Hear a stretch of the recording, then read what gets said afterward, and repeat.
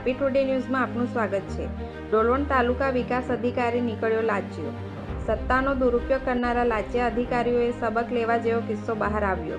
વિરેન્દ્રસિંહ નટવરસિંહ ડોડિયા વર્ગ 2ના તાલુકા વિકાસ અધિકારી તરીકે તાપી જિલ્લાના ડોલવણ ખાતે ફરજ દરમિયાન ફરિયાદી પાસે પ્રધાનમંત્રી આદિ આદર્શ યોજના હેઠળ જાહેર શૌચાલય બનાવવાના તથા આપણો તાલુકો વાયબ્રન્ટ તાલુકો યોજના હેઠળ પાણીના કામ કરેલ હતા, જે ફાઇલ ટીડીઓ ઓફિસમાં અટકાડી લાંચિયા અધિકારીએ એ બિલ પાસ કરવા ફાઇલ પર સહી કરવાના એવરેજ પેઠે ₹12,000ની લાંચની માંગણી કરી હતી, જે લાંચની રકમ ફરિયાદી આપવા માંગતા ન હોવાથી તેમણે એસીબીનો સંપર્ક કરી ફરિયાદ કરી હતી, જે આધારે તાપી એસીબી અને એસીબી સુરત એકમની ટીમ દ્વારા લાંચના છટકાનું આયોજન કરી ડોલવણ તાલુકા વિકાસ અધિકારીને પોતાની ચેમ્બરમાં જ ફરિયાદી સાથે કામ બાબતની હેતુલક્ષી વાતચીત કરી લાંચની રકમ સ્વીકારતા જ રંગે હાથ ઝડપી પાડ્યો હતો, જેની વધુ તપાસ એસીબી વિભાગ દ્વારા કરવામાં આવી રહી છે।